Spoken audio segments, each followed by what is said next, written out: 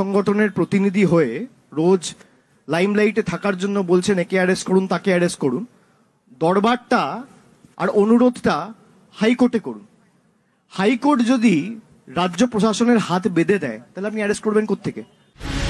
মামলা সম্পর্কে আগে একটু খোলসা করা দরকার। হাইকোর্টে প্রধান বিচারপতির ডিভিশন বেঞ্চে সন্দেশখালীর মামলা গেলে তাতে সন্দেশখালীর ঘটনায় রাজ্য পুলিশের তদন্তে স্থগিতাদেশ দেয় আদালত। তবে শাহজাহানের উপর আদালত কোনোদিন কোনো রকম স্থগিতাদেশ দেয়নি, কিন্তু তা সত্ত্বেও অভিষেকের মন্তব্য মাফিক শাহজাহানকে রক্ষা করছে আদালত। স্বভাবতই এতে স্পষ্ট হচ্ছে নিজেদের দোষ ঢাকার এক নিরলস প্রচেষ্টা করলেন সাংসদ। ওয়াকিবহাল মহলে, বিরোধী মহলে মুখ থুবড়ে পড়লেন অভিষেক বন্দ্যোপাধ্যায়।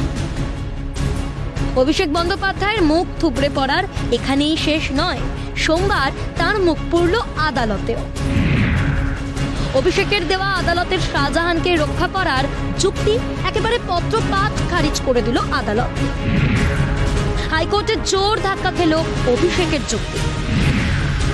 আদালত স্পষ্টত জানিয়ে দেয় শাহজাহানের গ্রেপ্তারিতে কোনো বাধা নেই।